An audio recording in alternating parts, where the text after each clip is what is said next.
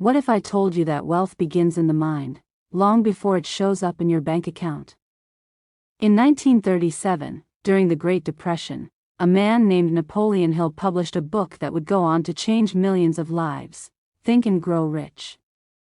It wasn't a book about money alone, it was a book about the mindset, habits, and beliefs that create wealth.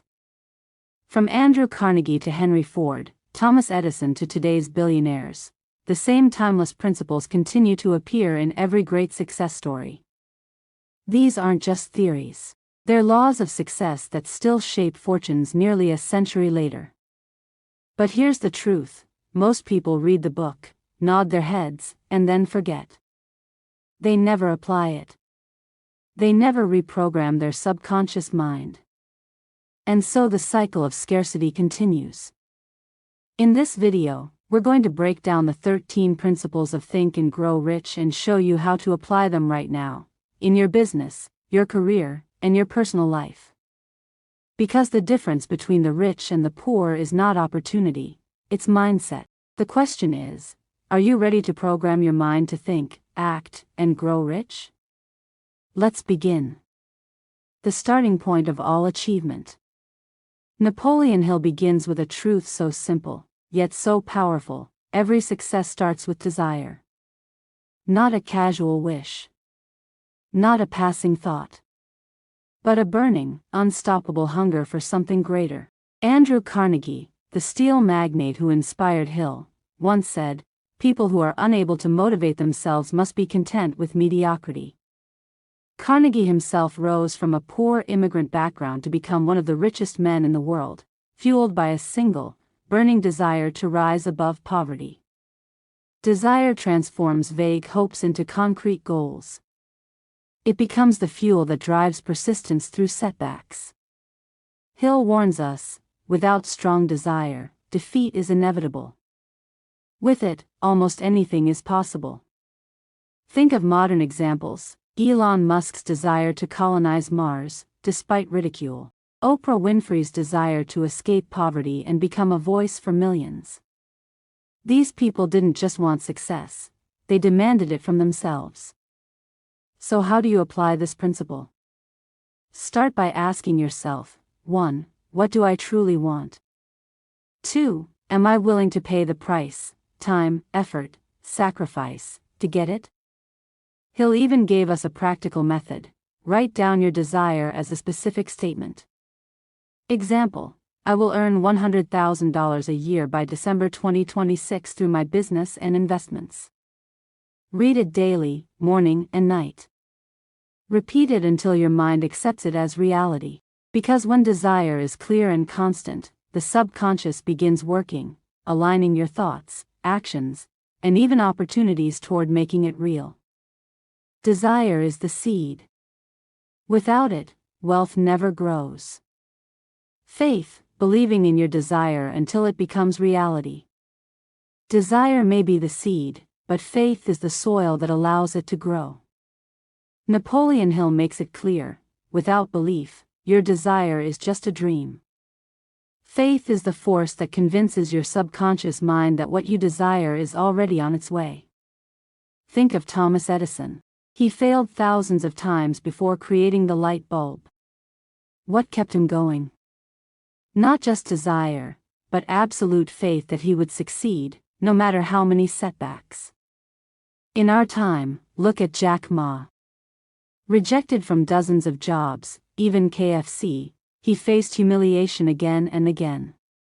Yet he believed in his vision for Alibaba.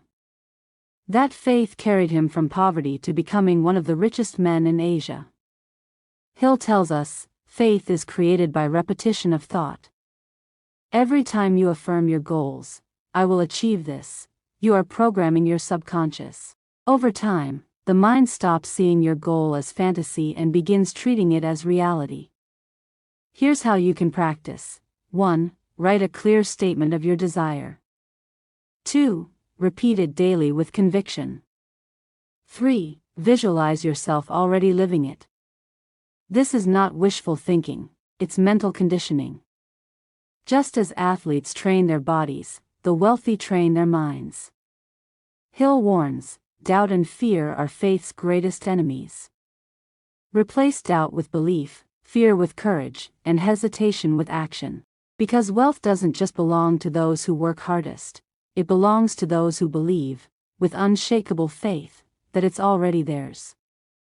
Faith turns desire into certainty. And certainty turns dreams into reality. Autosuggestion, programming the subconscious mind. Napoleon Hill taught that the subconscious mind is like fertile soil, it will grow whatever seeds you plant in it. Autosuggestion is the process of choosing what to plant. Every day, your subconscious is bombarded with thoughts, most of them negative, shaped by fear, doubt, and limitation. But what if you could consciously feed it new commands? Commands that say, I am successful. I am disciplined. I am building wealth. This is autosuggestion, repetition of positive, intentional thoughts until they sink into your subconscious and begin to guide your actions automatically. Think of great athletes.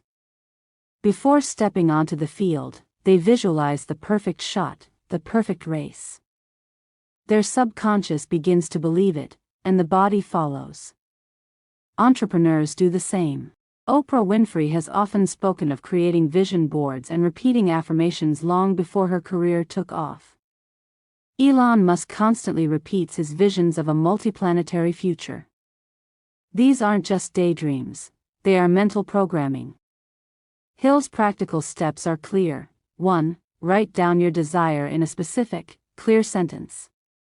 2. Repeat it aloud at least twice a day. 3. Visualize yourself already possessing it. Over time, your subconscious mind accepts this command and begins aligning your behavior, creativity, and even your perception of opportunities to make it real. But here's the warning: autosuggestion works in both directions.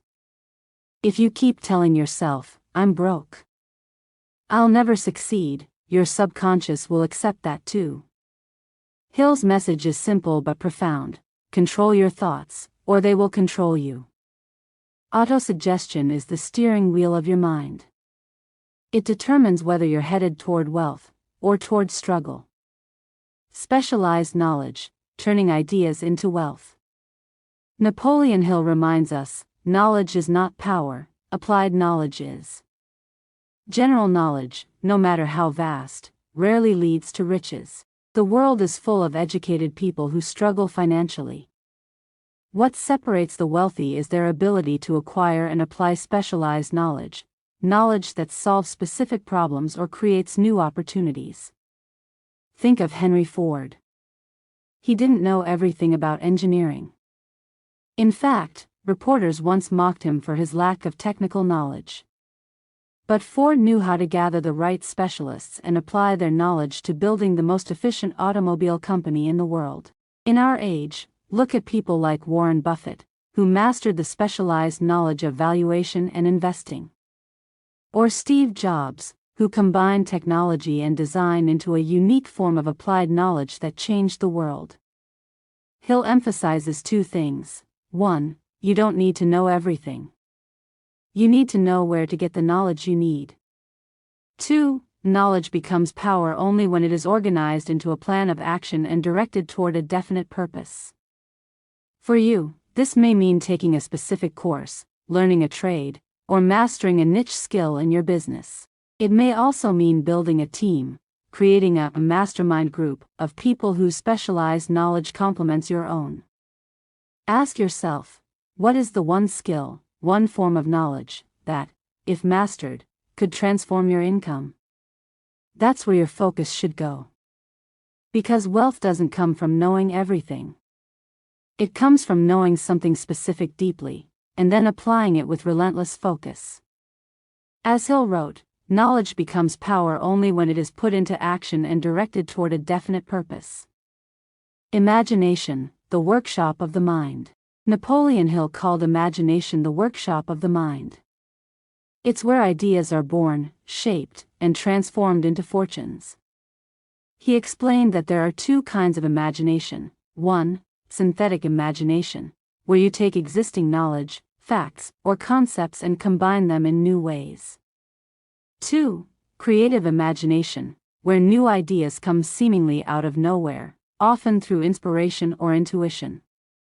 Andrew Carnegie used synthetic imagination when he combined steelmaking techniques with new business structures to dominate an industry. Elon Musk relies on creative imagination, dreaming of life on Mars, reusable rockets, and a fully electric transportation system long before others believed it possible. Hill's point is clear: riches come not from working harder alone, but from using imagination to see opportunities that others miss. Practical steps you can take: spend 10 minutes daily visualizing your desire as reality. See the business, the wealth, the freedom in vivid detail. Keep a notebook of ideas. No matter how small, write them down. Some of the greatest companies began as a single scribbled thought. Surround yourself with people who think differently. Collaboration sparks imagination. Imagination is not a luxury, it is a necessity. Every building, every product, every company started first as a thought. As Hill wrote, anything the mind of man can conceive and believe, it can achieve. Imagination is the bridge between desire and reality, the place where wealth is first created. Organized planning, the crystallization of desire into action. Desire without a plan is just a wish. Napoleon Hill called organized planning the step where dreams take form, where faith and imagination become real results. He wrote, "You must have a definite plan, carried out in continuous action."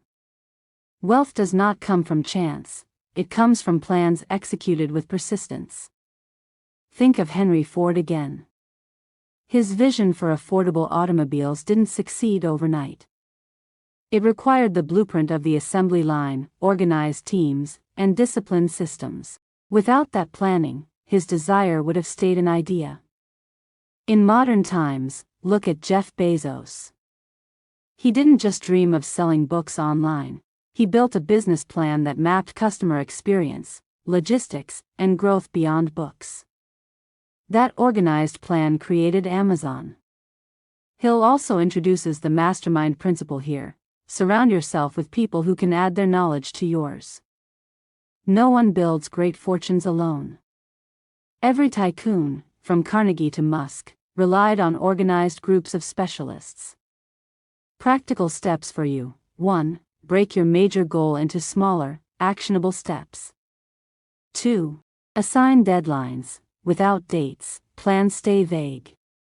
3. Seek accountability from a partner or group. And remember, no plan is perfect. Most successful people fail with their first plans. Hill says, temporary defeat is not permanent failure. It is nature's way of testing your plan. Adjust, adapt, and keep moving. Organized planning is the bridge from imagination to execution. Without it, riches remain a dream. With it, they become a destiny. Decision, the mastery of procrastination. Napoleon Hill discovered a common trait among every successful person he studied: decisiveness. He wrote, "People who succeed reach decisions promptly, and change them, if at all, very slowly. People who fail reach decisions very slowly, and change them frequently." Procrastination, Hill warns, is the silent killer of success. Opportunities appear and vanish quickly. Those who hesitate lose. Those who decide boldly seize the prize. Consider Warren Buffett. He is famous for spending hours reading and analyzing, but when the right deal appears, he acts immediately, with conviction. Or think of Richard Branson. Many of his businesses began because he said yes quickly, while others were still overthinking. Decision is not about being reckless, it's about training your mind to act once the facts are clear. Most people wait for perfect certainty. Successful people know that certainty never comes. Action itself creates clarity. Practical steps for you: 1. Practice making small decisions quickly: what to eat, what task to start. This builds the muscle of decisiveness. 2. set deadlines for big choices. Don't let them drag on forever. 3. Accept that mistakes are part of the process. Every wrong decision can be corrected, but indecision wastes time you can never get back. Hill reminds us, a clear decision backed by desire and faith unleashes power. Procrastination locks the door on opportunity. Ask yourself right now, what decision have I been avoiding? The road to wealth opens the moment you choose and commit. Persistence, the sustained effort needed to induce faith. Napoleon Hill called persistence the glue that holds all other principles together. Desire gives you the vision. Faith gives you belief, but without persistence, both wither the moment obstacles appear. Hill wrote, "Persistence is to the character of man as carbon is to steel. It hardens your will until no failure can bend it." Look at Colonel Sanders.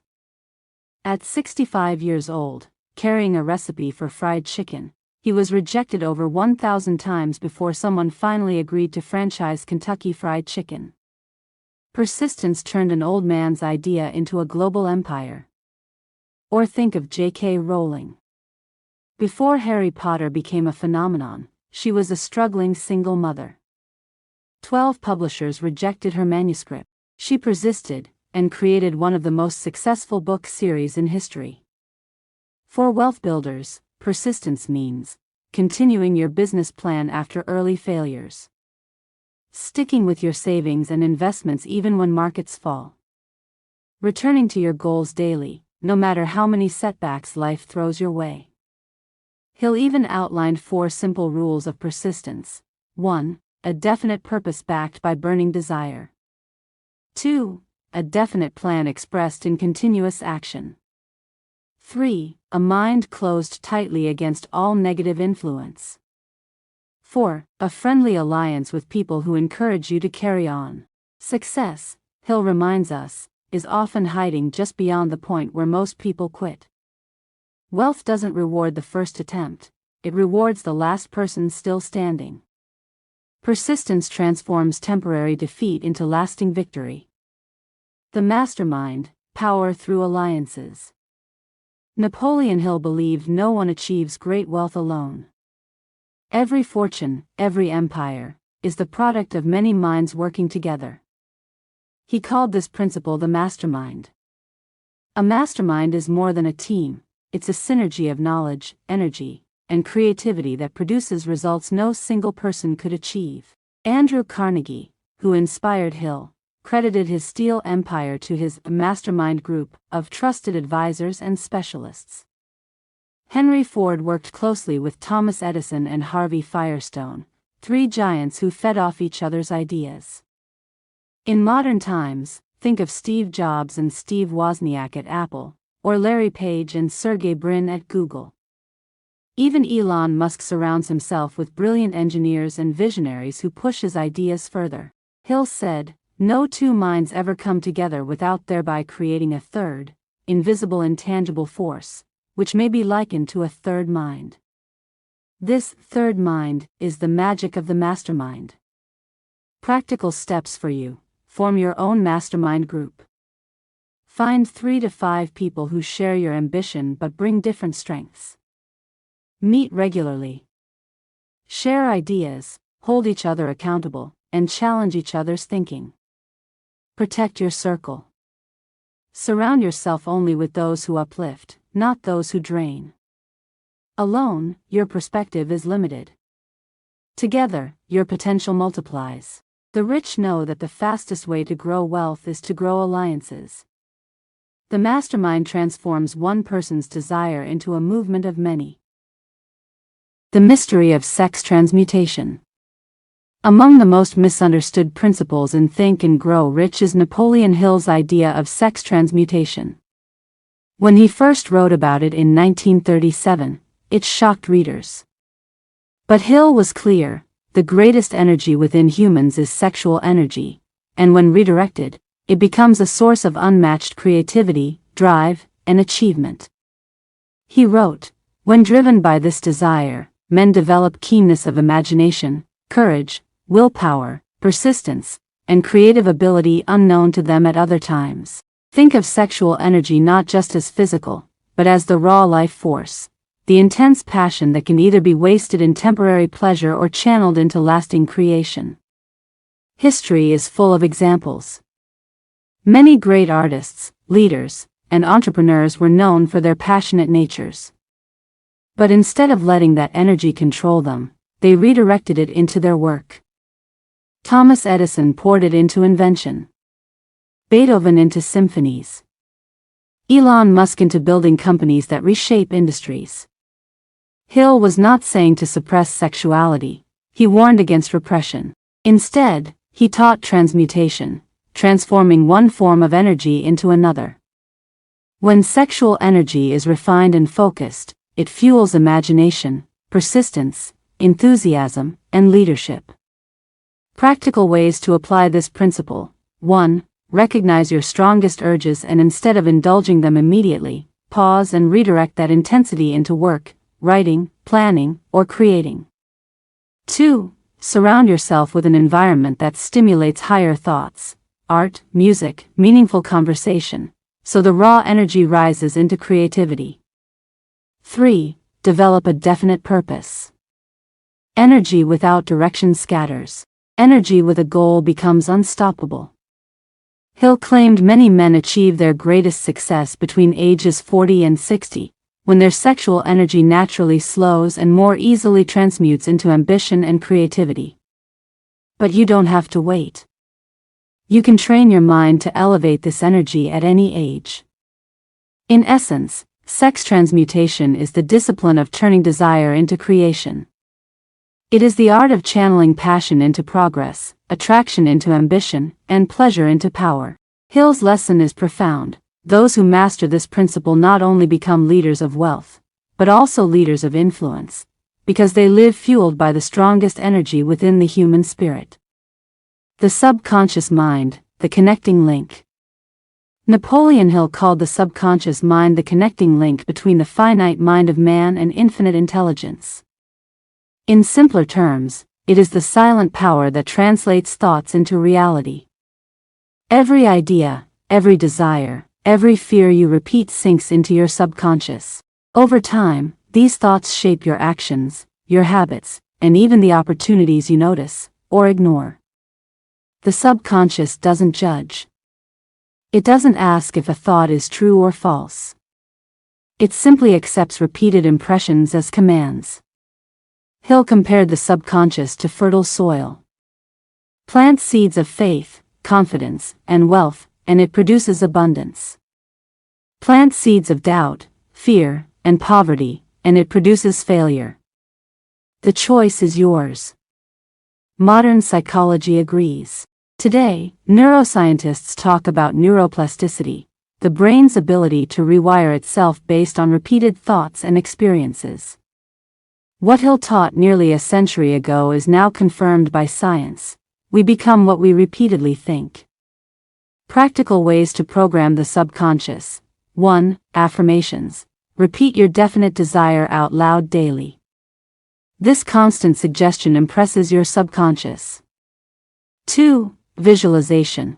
Picture your success as though it already exists. See it, feel it, experience it in your mind first. 3. Guard your mind. Avoid negative voices, toxic environments, and self-limiting beliefs.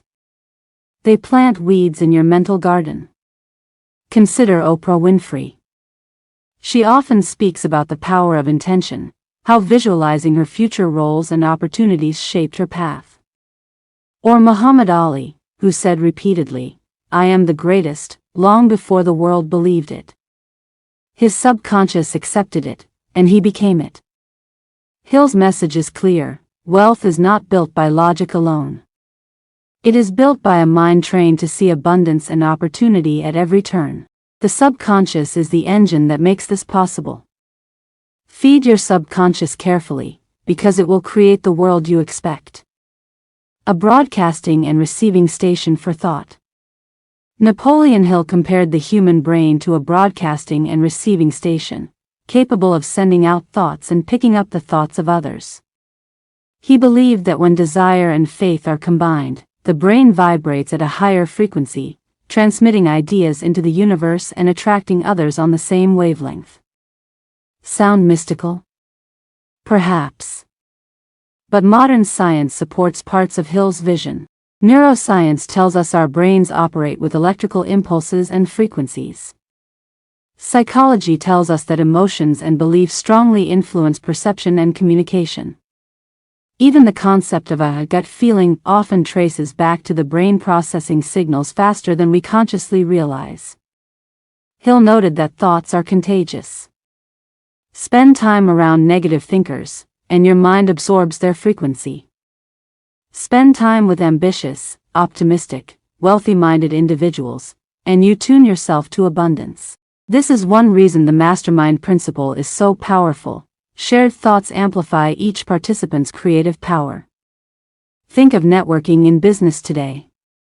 The richest opportunities often come not from solo work, but from being in the right rooms where ideas, inspiration, and strategies are shared freely. Your brain becomes receptive to ideas you could never generate alone. Practical applications. 1. Be conscious of your environment. The people you spend time with are constantly broadcasting their mindset into your brain. 2. Use visualization and affirmation to keep your own mental broadcast positive and consistent. 3. Protect your mental frequency. Limit exposure to toxic media, gossip, or constant fear-driven news. Modern entrepreneurs echo this principle. Many describe moments where the right idea seemed to arrive after surrounding themselves with inspiring people and environments.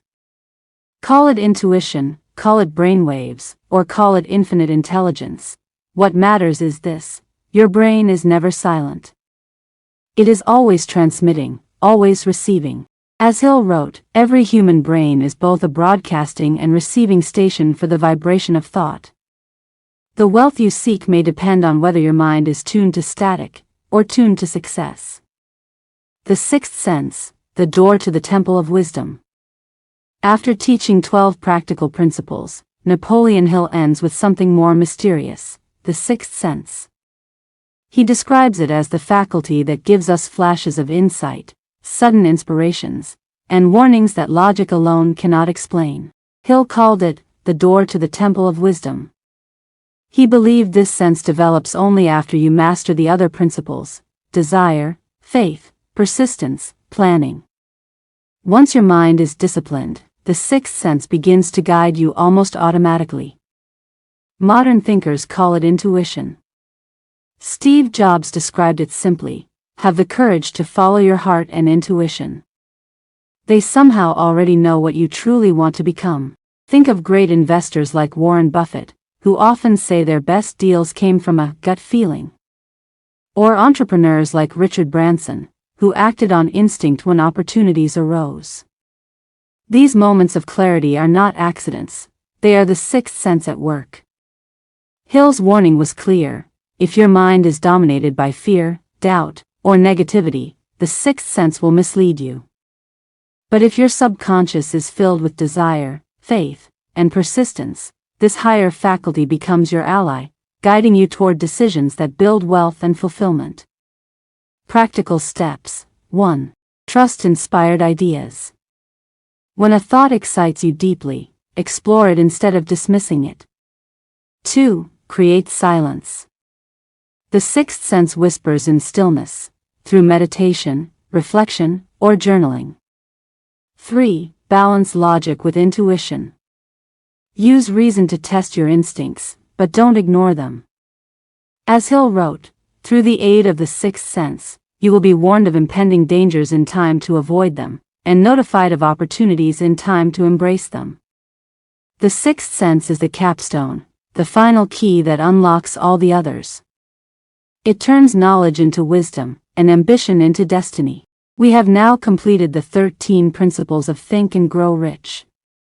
From the burning desire that ignites success, to the sixth sense that guides us beyond logic, this is more than a book, it is a blueprint for building wealth, purpose, and legacy. The question now is not whether these principles work, They have built empires for more than a century. The question is, will you apply them? If this journey inspired you, join us at Trillies by subscribing, liking, and sharing this video. And comment below, which principle will you apply first? Remember, riches don't begin in your wallet, they begin in your mind. What you think, you become. This is Trillies. Together, we rise.